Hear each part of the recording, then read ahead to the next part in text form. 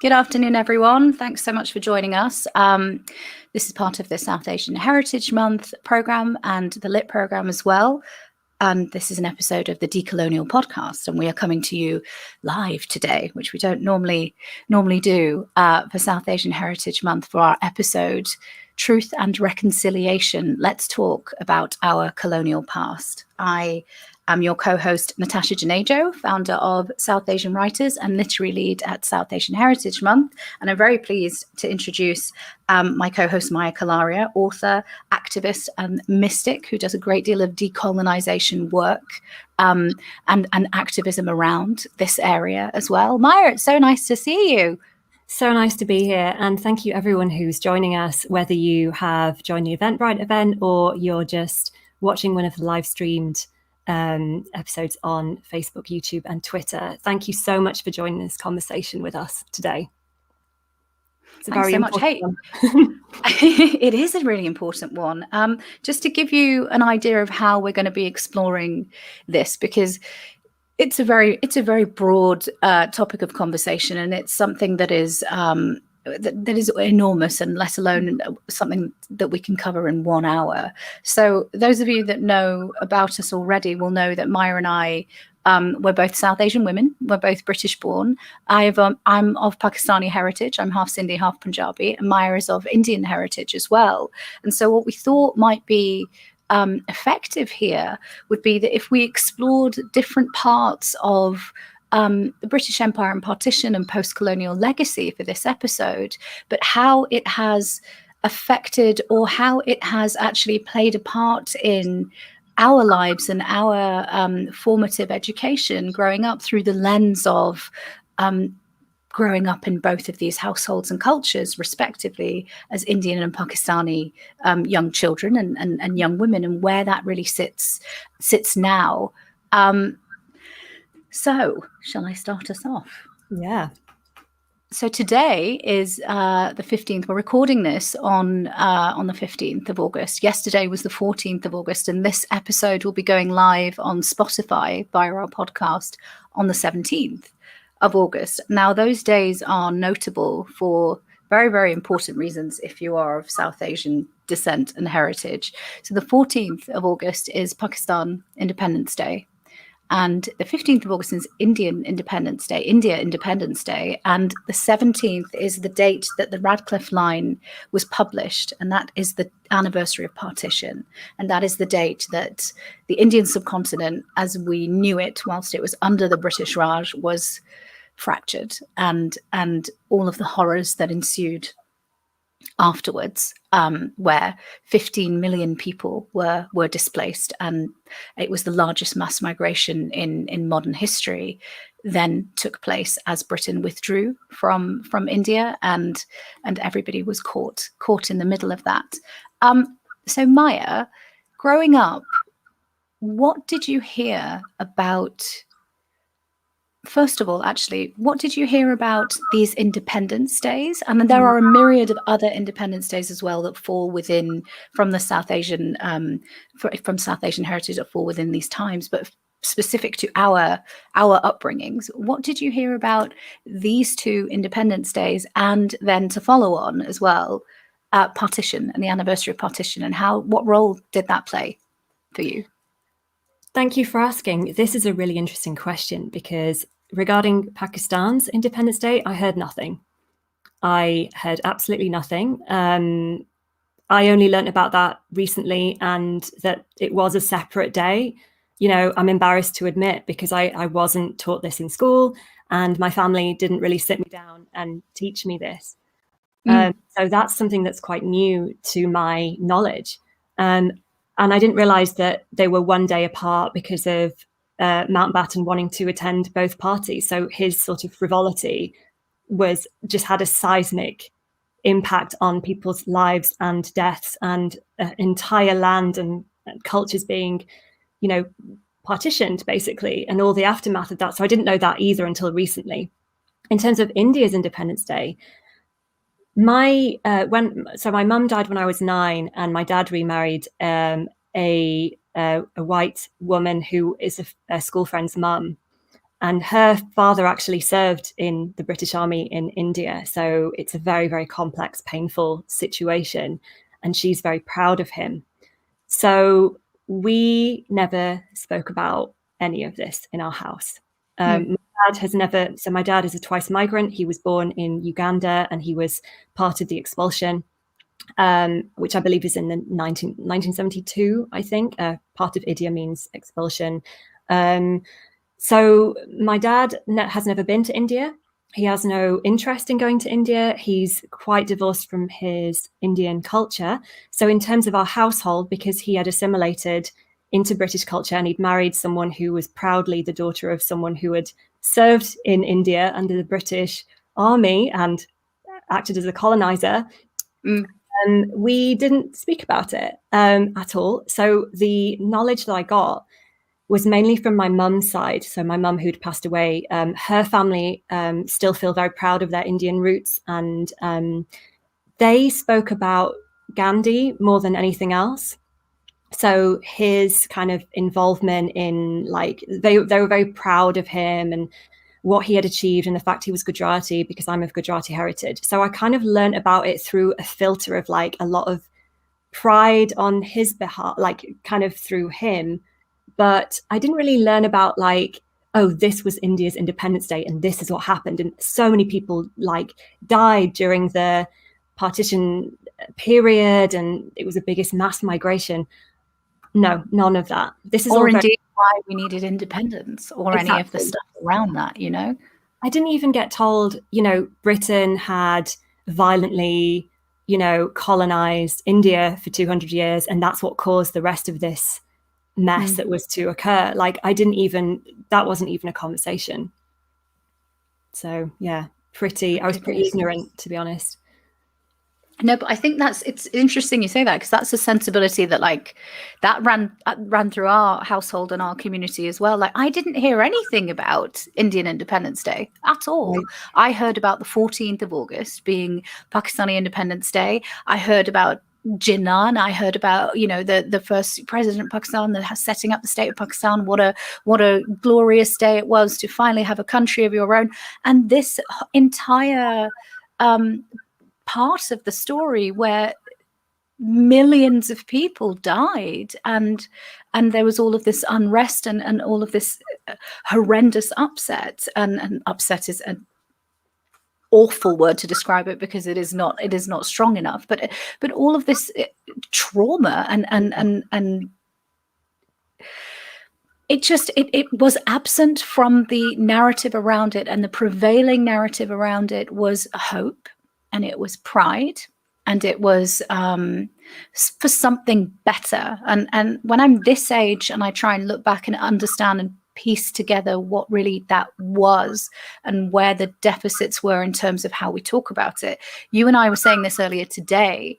We are looking back into history, and we are now the third generation removed. So our grandparents would have lived through partition. Our parents, for a lot of us in the diaspora, are second generation. So our parents would have come to this country to build a home for us, and they're just trying to deal with a wall of racism to make life safe for you to get on. And no one has time to process the trauma of what they're going through. The first generation is just surviving it and then folding themselves into silence because of it. The second generation is trying to make a home for you somewhere else and make sure that that is safe and no one can take that away. And then we are now in this position of trying to figure out what belonging is, what belonging means. And we can look backwards and try and piece everything together. And I almost have... Initially, when I started doing my own learning around actually who we were and what happened to us collectively, there was a little bit of anger there of like, why was this so missing in my formative education about who we were? But now when I'm coming to the other side of it, I just feel so much love and empathy for people that were going through something and are still going through something quite horrific, and this is how, and this is what post-colonial legacy is. It's after the facts and after the historical dates and after the events. This is how these things ripple through time. This is how it affects family, and this is how trauma folds itself into the lives of yourself and others, and really it feels like we're duty bound now to go back and unpack all of that and try and just see where we are, and see and part of that includes the truth, understanding the truth of what happened, and the real hard facts and the hard truth of what happened, but then allowing ourselves to sit with it and really analyze what this means and figure out where we can go from here. And you said it so perfectly before. You were like, we are, no one we know that we can recall in our immediate family remembers what it was like not to be under occupation. And we are still now not at the other side of it yet. So we're not outside of the parentheses. So everyone we know and have known in our lifetime that we can recall is still living with this, is still holding this. And so we're very much in the process still. Yeah, it's true. When I was starting to open my mind and my heart to our history and the pain of it and the trauma of it, I realized with horror that, you know, even looking back to great grandmas, great granddads in India, they only knew British occupation. They only knew British occupation. And even now, as you said, even though Britain left, we still have this Stockholm syndrome. So many of us are still living under British occupation. I mean, we live in Britain, so I mean, it's hard not to live under British occupation. But I think mentally and emotionally, that's where the scarring is. There's a trauma around it, and it's in the mind. I think a lot of the time, it's that voice in your head that is so critical and colonial. And you must be like this. You need to look whiter. You need to speak better. You need to do this. You know, you're not allowed to do this. Where's that coming from? Is that from our true ancestry, or is that through British colonial rule? And I think so many of us have internalized that voice, and that's the colonial voice. Which brings me to actually colorism in general. Like, I think we're not naive enough to think that this isn't a concept that didn't exist pre-colonialism. But it would be remiss of us, I think, not to acknowledge the fact that there were positions in office when the British Raj was in full force on the Indian subcontinent. There were positions held in office, administrative positions, positions that societally you were in better standing if you had this position in life, if you had this role or job in life. But these positions were only given to people who were of fairer skin, because the people who were running the country at the time felt more comfortable dealing with people that looked closer to them, because the optics made you more trustworthy, it's bananas. It makes no sense. But the fact is, that is the fact. When that prejudice has real world implications, in that it can literally make the lives and livelihoods of families better for generations, because we have to remember this was 200 years. So this will be generations of that system functioning and benefiting and enriching others, and enriching people in your community. And so you're sort of straddling this line of, well, is this a good thing, or is it's a good thing for our family, I suppose, if we are impacted positively by it. But pervasive messaging like that, we've seen, I think, that how it trickles down, and we've seen how colorism is still so heavily prevalent today. From a Indian household's perspective, and you growing up in the way that you did, culture, family, friends, how did colorism impact you? A lot, actually. This is something that was heavily kind of emphasized in our family. You know, it was like, oh, she's so, whoever it was, she's so fair, she's beautiful, you know, it doesn't matter like what someone's features is, as long as they're fair, that means beauty. And I used to get comments like, oh, you're really fair, like you could pass as a Russian person, or like someone else that's like not Indian. So there was just a lot of shame around being Indian. It's like, don't look Indian, because if you look Indian, like God forbid, you know, like we don't want you to look like you do. You have to look like this other standard of beauty that's European or Mediterranean or something. And that was seen as a compliment. If someone said, oh, you could pass as Italian, or it was like, oh, thank you. Like, it was just, it's only now that I realize like how absolutely absurd that was. But that was a very pervasive, insidious message in our family growing up in an Indian household. And I still hear women, especially of like older generations in my family, talking about how dark their skin is in like a really derogatory way, like, and also saying that when they were younger, when they were at school in Britain, white children used to say to them, my mum says that I can't play with you because you're black, so I can't play with you because that my mum says. And like, this is trauma that these people remember for the rest of their lives. They're mentioning it even now. So it's just this really, really cruel, insidious ideology that we've ingested, basically. And it's very difficult to think about how we cut that out, how we have the colorism biopsy, because it's so deeply enmeshed in our programming, so deeply enmeshed that we can have a Netflix show out a year ago where it's just so casually referenced. What's the first thing you're looking for in a partner in this really twee dating show? Oh, well, they have to be fair. Why? Yeah. Why? I don't understand what that is. What merits like melanin is beautiful. It is gorgeous. I don't think I'm brown enough. You know,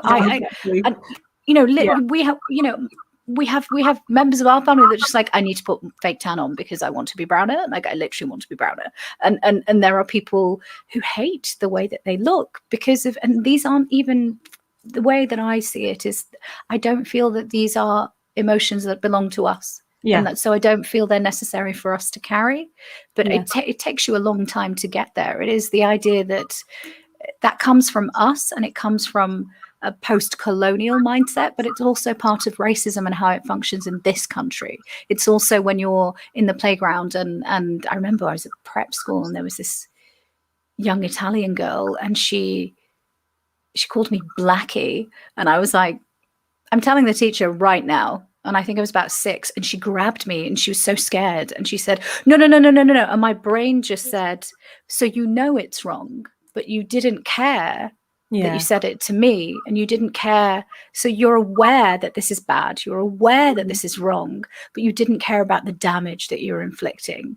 And that's why you are words I can't say right now at this time of day while we're alive. But that was a child. That was a child. And that comes from their parents. That comes from, you've heard that somewhere. Who have you heard it from? How many generations has that message been passed down? And the thing is, like, we're privileged because we're light skinned enough to be accepted somewhat into white British society. But imagine like black people, you know, like, and how much pain they have, like, because we still carry privilege because we're light skinned. We're not the darkest skin. It's understanding how your privilege intersects. Exactly. How much does that point to the horror of what people who have black skin actually have to deal with every day in this country? Every day. Every single day. America, Australia, like any settler colonial state or any place that has been touched by colonialism, which, let's face it, is most places, you know, where the indigenous people of that land, wherever it is, might have turned against the darker skinned people of that land in some sort of internalized racism brought on by colonial rule. So I know there's a lot of places in East Asia that also have like this colorism as well. Where people are bleaching their skin. People are bleaching the melanin out of their skin because fairness equates to all of these attributes that have nothing to do with skin color. But it is this bizarre internalized, and then it is an attack as well. And it's and you denote characteristics to color in that bizarre echo chamber of hideous thought where it's just hating yourself, and it's absolutely hating yourself, and you see something in yourself in another that you can't handle or you don't like, you don't want to process, and that's where this venom comes from. But it's so deeply embedded in us that I think it's such a I think the generation that we're in now are doing a great job at trying to tackle this and trying to tackle it in such a forthright way, where I don't feel, I've not certainly been around conversations this frank around colorism before in my lifetime. And I applaud, you know, everyone of our generation that is having those conversations now and holding people to account as well, because I think that is part of this. That is a very, very, very important part of this. There are so many layers of shame around a lot of these, the way that these mechanisms function, and that's what keeps them alive, I think, in us. That was not, our generation did not go through those things, and yet we live with the legacy of so many other pervasive negative thoughts and coded messaging that is another way to hate yourself. And it just, you know, I wish I could go back in time to when people have called me something negative about my skin color and just be like, but it's not negative, it's chocolate and it's beautiful. I feel sorry for you that you don't have this. It's wonderful. Like what? And it just, you know, it's such a bizarre thing of just not understanding unabashed love for yourself,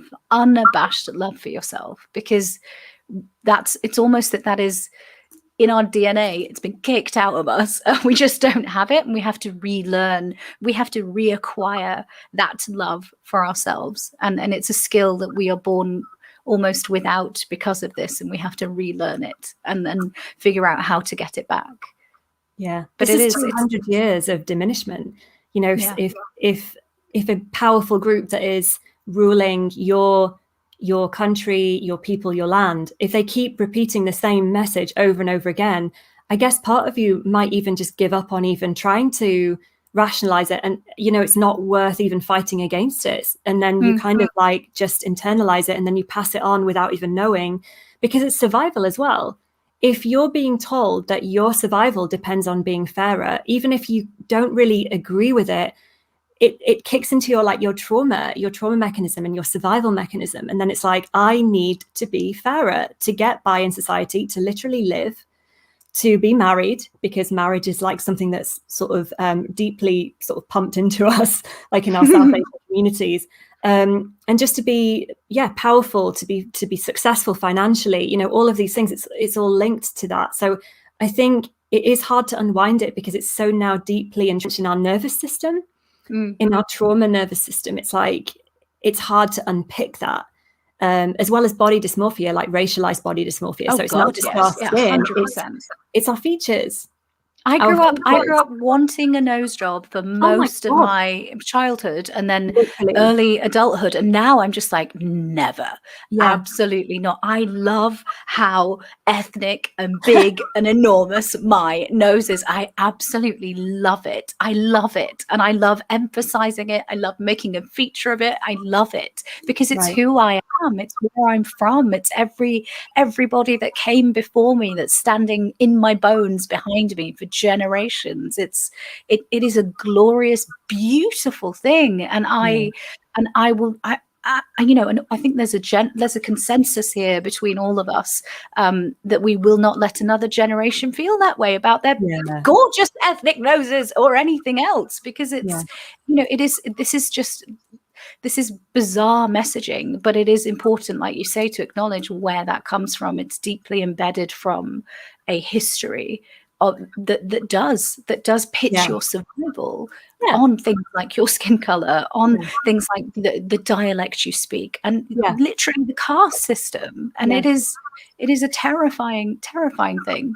And this is the delusion, because we were brought up thinking that to look like us wasn't normal, right? And that what's normal is to look British. So smaller noses, like lighter skin, blonde hair, blue eyes, green eyes, you know, something like that. Now, what the delusion is that we're actually the global majority. So it's actually more normal to look like us. Like most of the people in the world have dark hair, dark eyes, dark skin, different shaped noses. You know, if you go to the African continent, you have different shaped noses. You have different, you know, if you go to the Middle East, like we all have really beautiful, profoundly different shaped noses that do not fit into the Eurocentric white norms. But I was brought up thinking that this was my entire world, not realizing how small England is, and like how actually this is not the world. The world is much bigger than this, and there are more people that look like me than there are people that don't look like me, you know. And it was just it's a weird dystopian delusion, basically.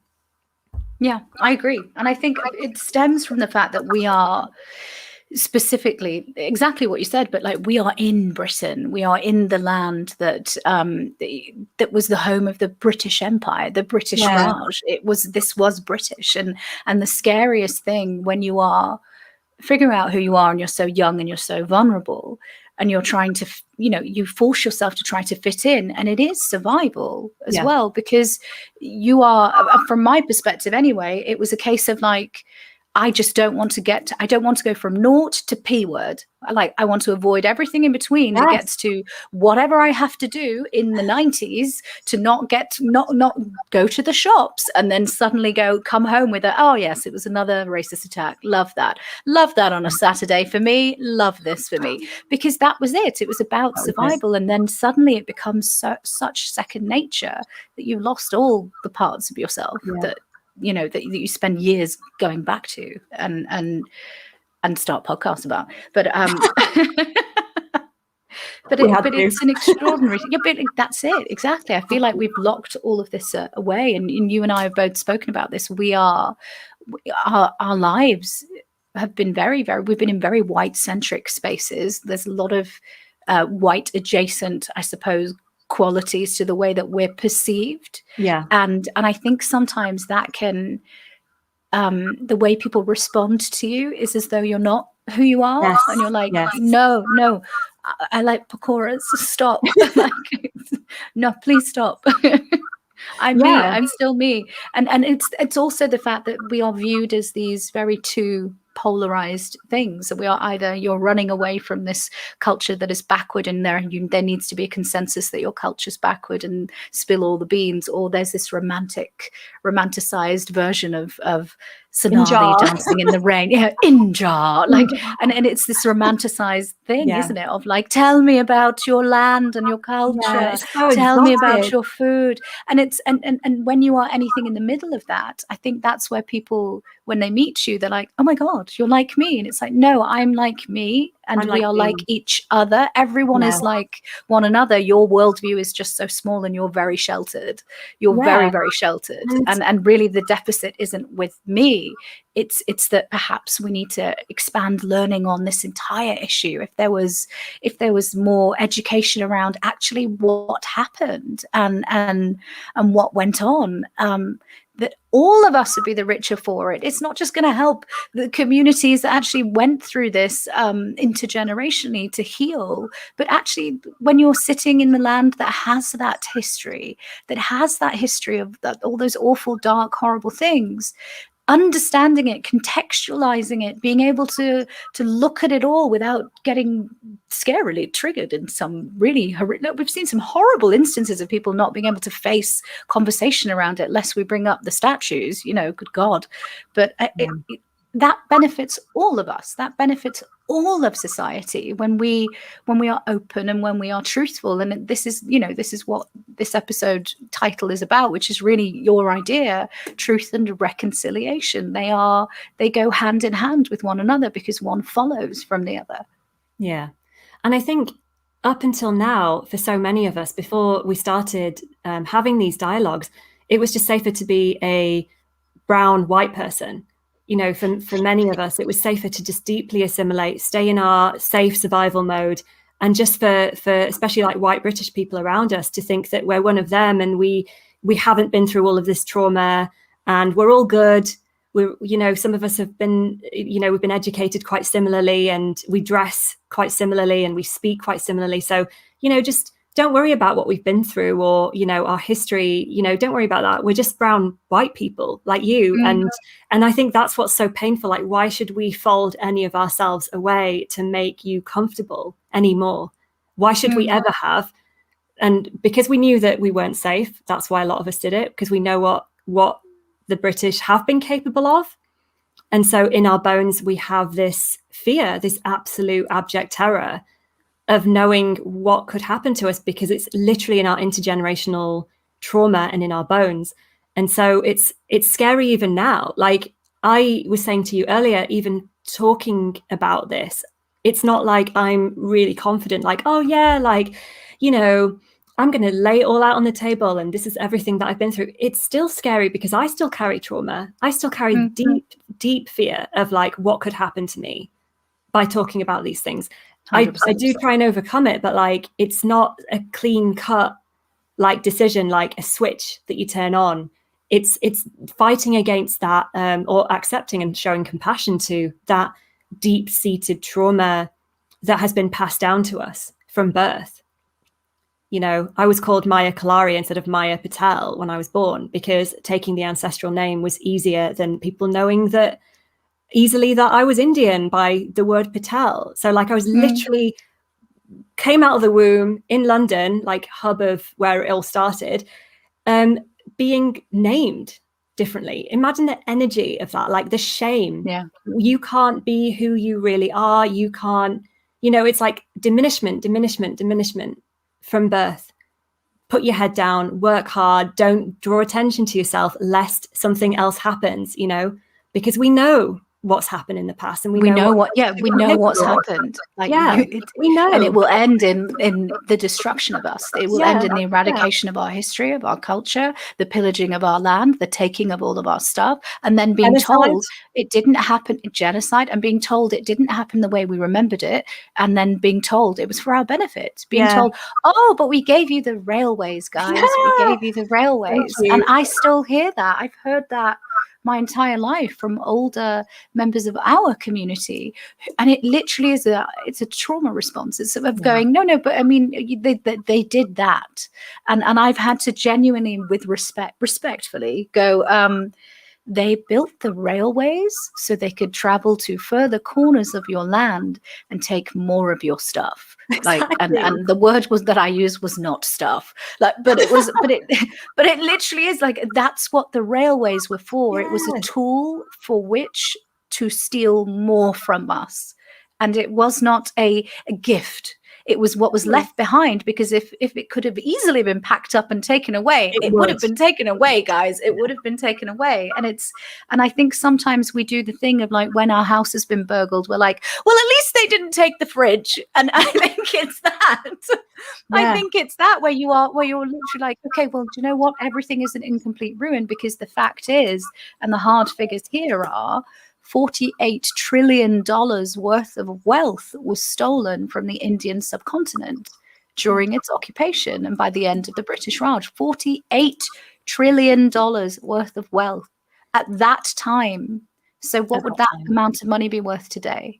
And when people, I think the myth that is often, the myth that is often perpetuated around this and around, I think, colonialism proper. And I think this isn't just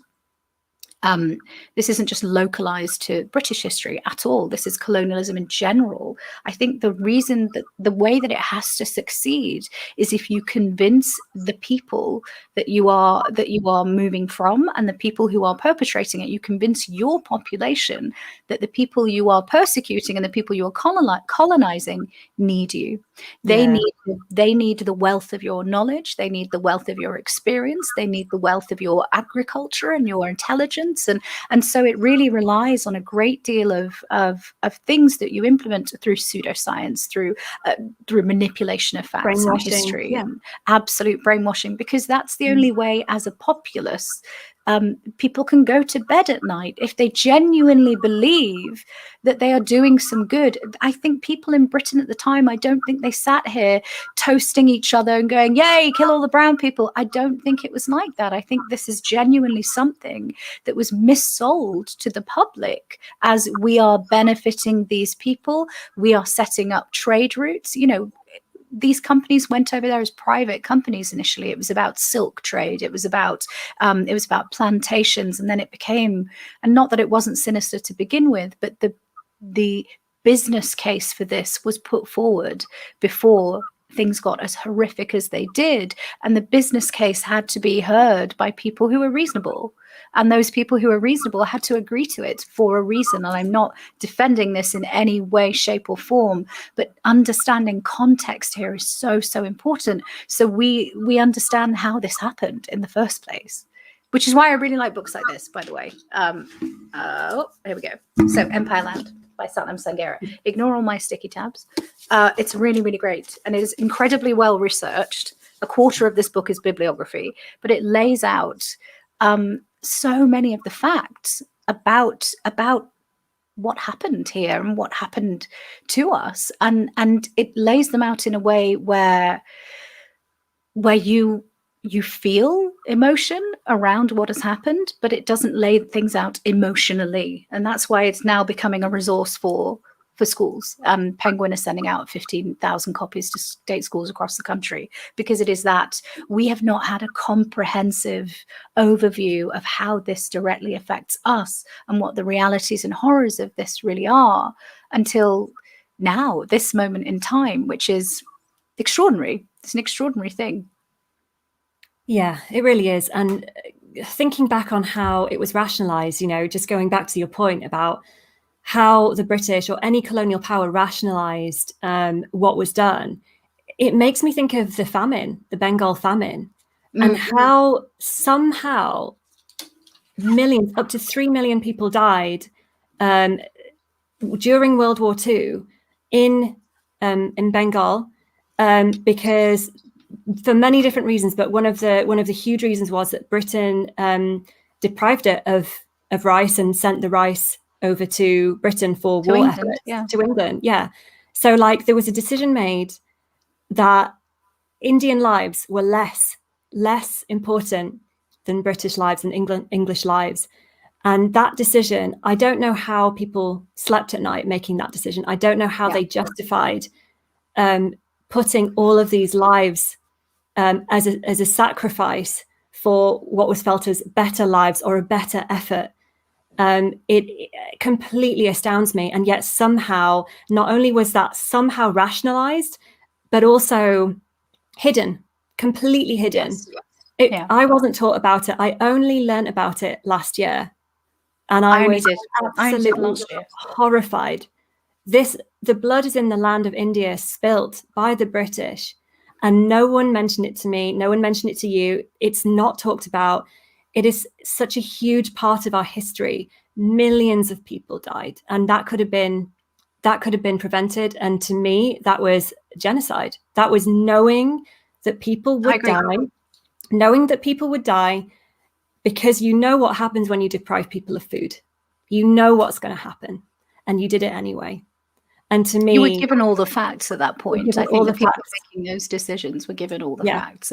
And so to sort of to elaborate for people that aren't aware of what happened during that time. So in terms of the World War II effort, so 8.6 million soldiers fought in the Second World War from Britain, and 2.1 million of those were from the Indian subcontinent, and that does not include the volunteer forces. So the volunteer forces from India were from India, Pakistan, were from Bangladesh, and were from Sri Lanka as well, and that was not included in the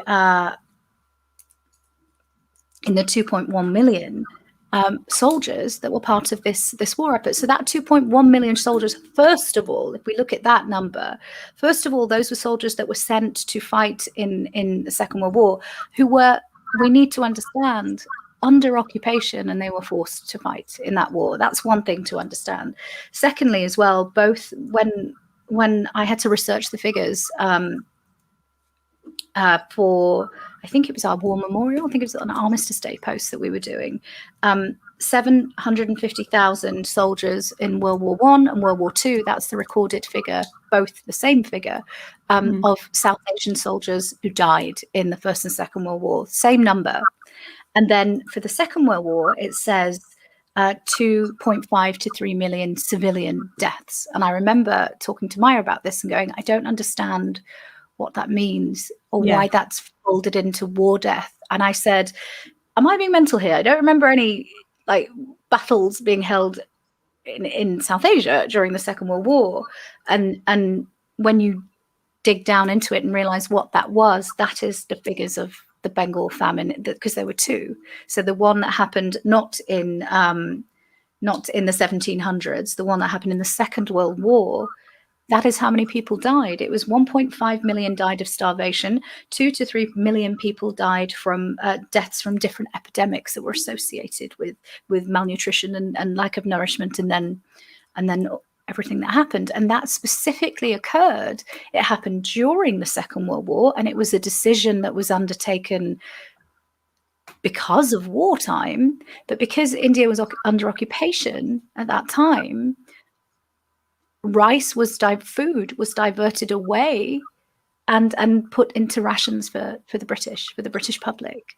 Now, I find that really difficult to reconcile with war death and war death figures, and because there is such a deficit in our compulsory education system around this. There isn't around the Second World War, funnily enough. We studied that for 13 years, it seems. So why this isn't in there, I don't know. But because there is such a deficit around the British Empire, the British Raj, the East India Company, and how all of the ways that it functioned during the occupation of the Indian subcontinent in the compulsory education system, it becomes easy then to fold things like this away. It becomes easy then to fold data like this away unless it is interrogated. And the interrogation of it and the uncovering of it much later is always worse. It is always worse than transparency. Transparency allows you to look at everything that's there and just let's sit with it and understand why it happened. Because so if you read Empire Land by Satnam Sangera, very good book, even he talks about the fact that there were politicians, there were prime ministers of Britain during the occupation of India, that there was dissent about this at the time. There were writers and notable figures in society who said, this is inhumane, what we're doing. I don't think we should be doing this. I'm not sure if this is the right idea. I think the army should pull out now, at several points, but we don't learn about that. So we don't learn about the truth of the horror, but we don't learn about the fact that Britain wasn't necessarily a pantomime villain here either. There was a nation that had people in it that saw what was happening to us. And perhaps the knowing of that makes us feel a little humanized. That certainly made me feel humanized when I read that. The fact that there were these notable figures in history that saw what our people were going through and felt something and knew it was wrong and said something about it. But where is that? I would love that to be included in what we're learning about it. I feel that's so important for little kids that are in the education system now, trying to contextualize who they are in this society, to hear that. But also that Churchill, a glorified war hero in Britain, was a huge part of the Bengal famine. And was quoted saying that Indians breed like rabbits, essentially saying that, we deserve it. He was very racist. There are quotes from him, sort of proving that towards the Indians and possibly a whole bunch of other people that were colonized by Britain at the time. And so he was a huge part of this whole scenario where millions of people died. And when I was at school, and I was sitting there in the class, just me and my friend who was of Chinese descent, and then a bunch of white people and a white history teacher. And all I heard was how great Churchill was. And I don't know how my history teacher looked me in the eye. Face, a grown adult you in the face and said that. And also that he could look me in the eye and not tell me about all of the war efforts of my people, of your people, of the people of the South Asian subcontinent. How was that not mentioned? And I was traveling around Scotland recently, and when I travel around England, I see all these memorials, and it's just a bunch of British people. And I'm thinking, where there is a few now that are popping up, but it's all of this time I was led to believe, and so many of us were led to believe, that it was just a certain group of people that died to save us. I never knew that people... We were part of the saving. Yeah. We were part of the saving, but our lives weren't worth mentioning on any of these memorials, and none in the history books either, and not even from my history teacher to me. And it's like, wow, we disappeared. And it's literally like, you did a whole ass degree in this. How would you not know? Yeah, but what are you implying? We don't matter. Yes, we don't matter. We just true. disappeared into the ethers. Like, do we even know the names of these people? We are obviously, some names are recorded, but in terms of the famine as well, do we know the names of all of these millions of people? They just disappeared. They were just left to starve. And we can't let them disappear. That's the we thing. We can't. We absolutely can't. And the thing is as well, the land remembers, talking from an energetic perspective and a trauma perspective, like the land remembers what is done on the land. And if it didn't, and if nothing mattered, we wouldn't be having these conversations now.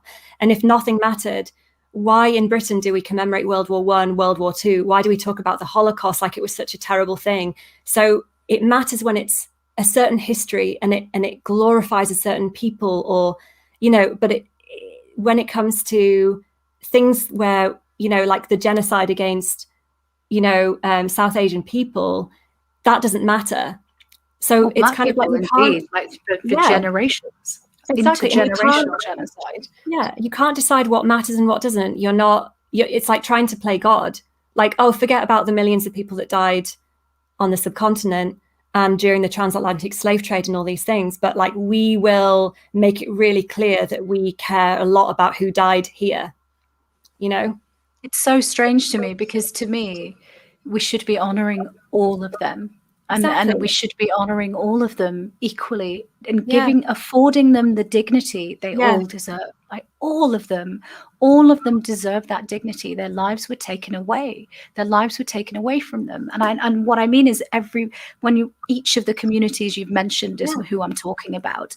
We should be honoring all of them. And I can't fit this thinking into my brain where some people might matter and some people may not. The truth of some history might matter and it may not for others.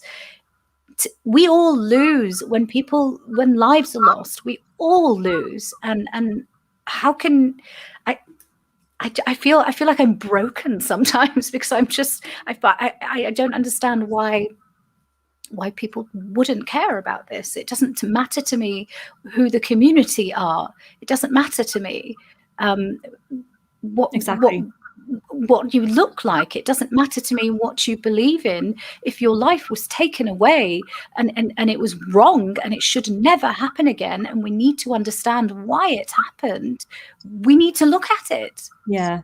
And why are you not wanting us to look at it? Yeah. Why are you hiding it? What is that implying? You knew it was wrong.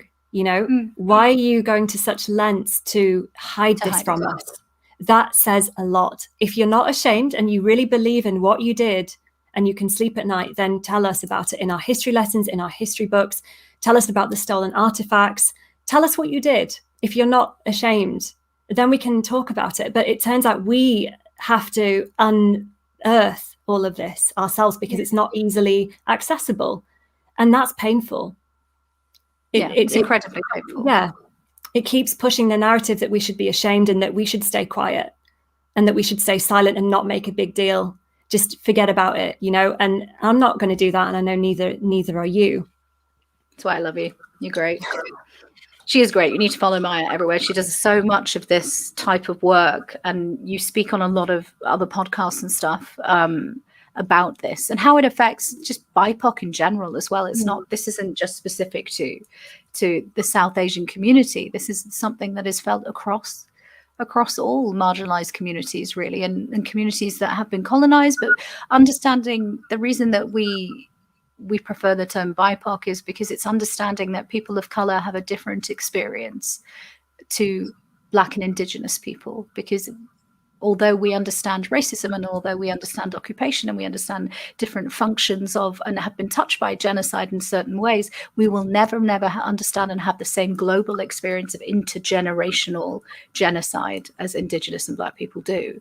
And it's really, really important work that you're doing, and I applaud you for it. But it is exhausting. It's absolutely exhausting. Yeah, it's because there's so much I feel so much responsibility, you know, and I am going to make mistakes. And, you know, we're talking about deeply traumatic things. And a lot of my work is around grief. Grief is such a huge part of this. And I believe that as communities, we need to grieve. And I also feel we need to unite and have these conversations cross-culturally, you know. I'm so happy that you and I have formed this partnership because, you know, we are of Pakistani and Indian heritage, and it's so important to heal those divides, because those divides were formed to rule, you know, divide and rule. Let's divide, let's get people sparring with each other and fighting over these things so that we can get away with a lot more while they do that. You know, it's a distraction. So we do need to unite. Which brings me to, what did you hear about Pakistani people growing up? Well, I'm going to be really honest with you. And it's not just about Pakistani people, but I was told by my family not to date Black men or Muslim men. And I was told that. And it was like pushed onto me by like constantly, like, don't do this, don't do this. No real, when I said like, why, it was like, oh, you know, like really sort of derogatory biases about, I'll have to be converted to Muslim, you know. And yet my aunt, when she was in Uganda growing up, she actually met and fell in love with he's Gujarati Muslim. So I don't believe he actually, I'm not entirely sure whether he's from Pakistani heritage or not, but she married him and they've remained focused on their own religions. You know, no one's had to convert anyone. So I kept looking at them and I was like, why are you telling me all this like rubbish, sorry, about Muslim men and Black men, when you literally we have someone in the family who's had a really successful relationship. Exactly. And you were brought up in Africa. So like, why are you saying this about, because the people that helped bring my family up when they were little kids in Africa were Black people from like Kenyan tribes or Ugandan tribes. And that's deeply problematic, because why Indian people having like housekeepers and servants from the very country that they are settled in, like it doesn't feel right to me. And yet at the same time, they were living there on this land. And it's like, why are you so racist towards the people whose land you're living on? Right. And it was the British that caused all of these divides. It was like white people, brown people, and then Black people. And that was like the narrative. And that's the divides that were created in Africa by the British. And it's just like, it's just exhausting. It's absolutely exhausting, unpicking like all the harm that has been done. Yeah, so in terms of Pakistani people, I just heard like negativity. I'll be really honest, and I wish it wasn't, but I did. No, same. It was so strange, because it was like I was told as well, being Muslim, I can marry anyone. And I'm understanding now that other people didn't hear this, but I was told I can marry anybody that is Muslim, Christian, or Jewish. But I absolutely 100% am not allowed to marry a Hindu or an atheist. Right. Yeah. So it's kind of like the mirror image of what I was 100% not allowed. And I was just like, why? Wait, why? And then it would just always be this very tense atmosphere. Everything was just very, it became very sharp. But there was never a full explanation. And my mum would just say things. It wasn't even my mum. I think it's more my grandparents. I'm not sure. But it was like, I think it was the idea of, there's a lot of history there. There's a lot of history there. There's a lot of history there. And I was like, is anybody going to explain this history to me? Because we don't even have Encarta yet. And Wikipedia is not going to be a thing for a while. Someone, we are pre-dial-up, people. We are pre-dial-up. I need a hand. All we've got is oral history, and no one is talking. Like, no one is talking. And so you were at the mercy of your family. Your you know, your family and your education system were God tier in terms of the information that you were getting, and then the worldview that you ended up forming. And so it really was this bizarre thing of I couldn't tell you why, but I knew it was a no-go. I knew that if I came home with with an Indian boyfriend or a Hindu boyfriend, it was just toast. It was like, you're not going out anymore. You're just going to school and home, and that is it. No more in Carter 95 for you. But it was just... That's bringing back a flood of memories. You know, I had an Iranian boyfriend for a few years called Masood. And my grandparents, so my dad's parents, it's embarrassingly laughable, and it's terrible, but they literally said to me, ask him to change his name. Oh my God. Are you kidding? That's hilarious. And they gave me examples of names like Matthew, like ironically like a biblical. Like, honestly, I was like, you are asking me to ask him. Like, as if he's going to go, oh, do you know what? Like, yeah, like this is my family history and my ancestry and like my entire culture. But I'm going to, for you, I'll rename myself now. For you, I am Matthew. It is me. What do you honestly think this is? They literally asked me that. And I thought, I mean, I don't speak to my grandparents anymore. I have a very fractious relationship with the majority of my family, especially on my dad's side. But this was like the beginning of a lot of fractures for me, where I was like, I can't exist in this realm. Like, this is not okay. This is suppression, oppression, like racism, prejudice, like, and you're just pouring it on me. But you're not explaining, like, no one's giving you clarity. Yeah. And like, not if they explained, I would suddenly be like, oh yeah, I'm going to do that. But at least it would give some context to why they were so like obsessed with it. Yeah.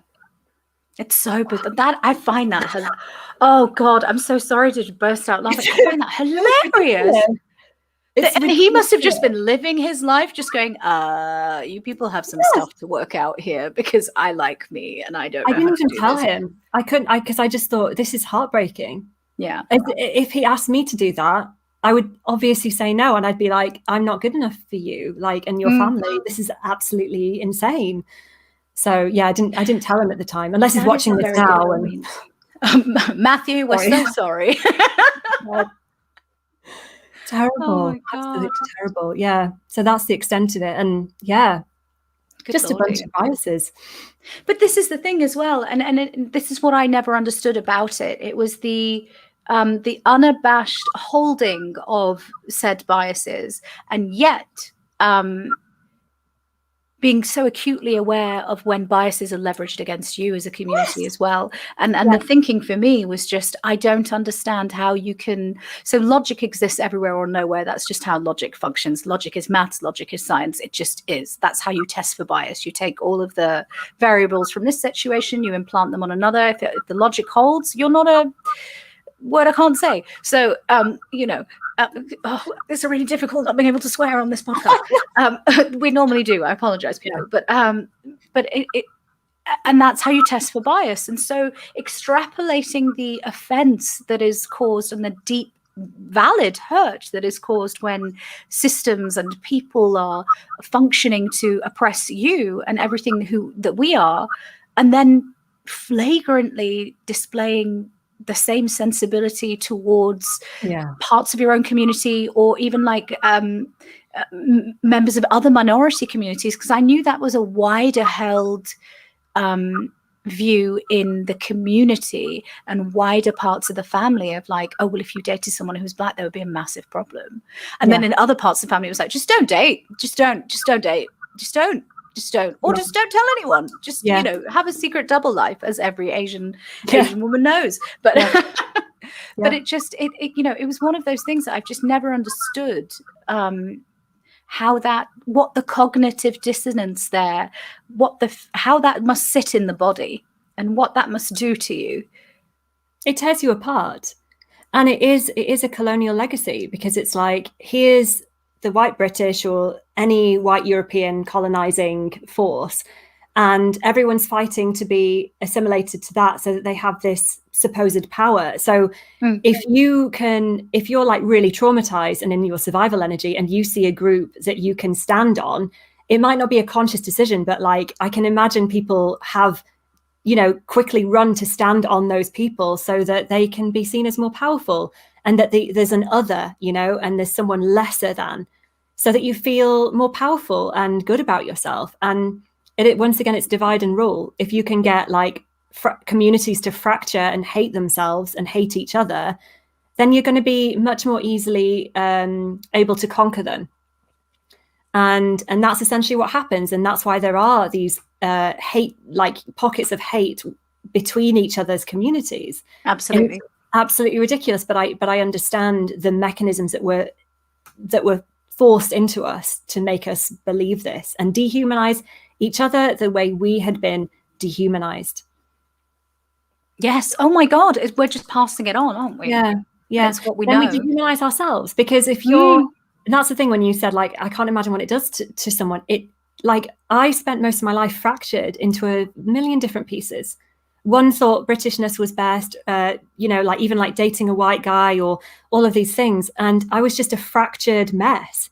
So much anxiety and tension. And I'm still working on that because, it's a lifelong process. But there were so many parts of me that weren't in alignment. And the fractures of my right arm hated my left arm, that kind of thing, where that's what it creates within you, and where a microcosm happened on a bigger piece. Yeah. And I look at India and Pakistan and all the neighboring countries, and I see like what's happening within me happening there, and vice versa. Like, we are reflections of those lands. We carry it with us in our hearts. We carry that pain and that fracturing, and we take it with us everywhere we go, because that's how trauma works. My goodness me. Very powerfully said. Very, very powerfully said. I think we're going to have to close there, aren't we? Because it's like... we could go on forever. But... We could go on forever. There's so many more things to touch on, but I think we're out of time. We'll continue. One thing that I wanted to, we will. One thing I wanted to ask people that are watching as well is if you wanted to share your experiences of what common misconceptions were about each other and common misconceptions were about members of our own communities and how oftentimes we've been pitted against one another. We'd be really interested to hear that. Or if there's anything you'd just like to share about how education around these issues, how you'd like it to change, and then how where you think we should go from here. I do want to close, but I also want to pose one question before we do. So what do you think is changing, and where do you think we go from here? What is changing is collectively this trauma that we've been carrying is coming up to the surface, because universally you can't push something down like that for so long and expect it to just disappear. So naturally, for us to heal collectively as humans on this planet, all of this intergenerational trauma is coming up to be healed. And that's across all communities. You can see it in America with the Black communities and the Indigenous communities. So it is coming up. I think we're having really a lot of conversations around it, really important ones, but I foresee a lot of tensions for the next few years until we really resolve this. So tensions will happen, and they'll be necessary. We have to have these conversations, and conflicts may arise, but that's kind of the ups and downs of healing. Healing is not this smooth process. It will be fraught and it will be painful.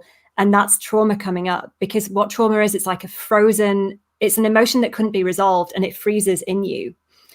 So that's like thawing out, but as it thaws out, all of those memories and all of that pain is coming up, and our bodies are going to go through quite a lot as we uncover like these hidden parts of us and these histories. And as that happens, personally, it's going to happen collectively. So it's going to be quite a rocky road, but I do believe, I do hope, and in just these conversations and what I see online, we are healing, and we are getting there. We are having these important dialogues. So I feel hopeful. Sometimes I despair, but overall I feel hopeful. I love that. That's beautiful. If you want to stay plugged into anything that helps you do a bit of learning around this, but if you find it, quite rightly stressful and quite difficult to wrap your head around, there's an amazing organization called Partition Education Group. You can follow them. You can follow PEG on Instagram. I think they're on Twitter as well.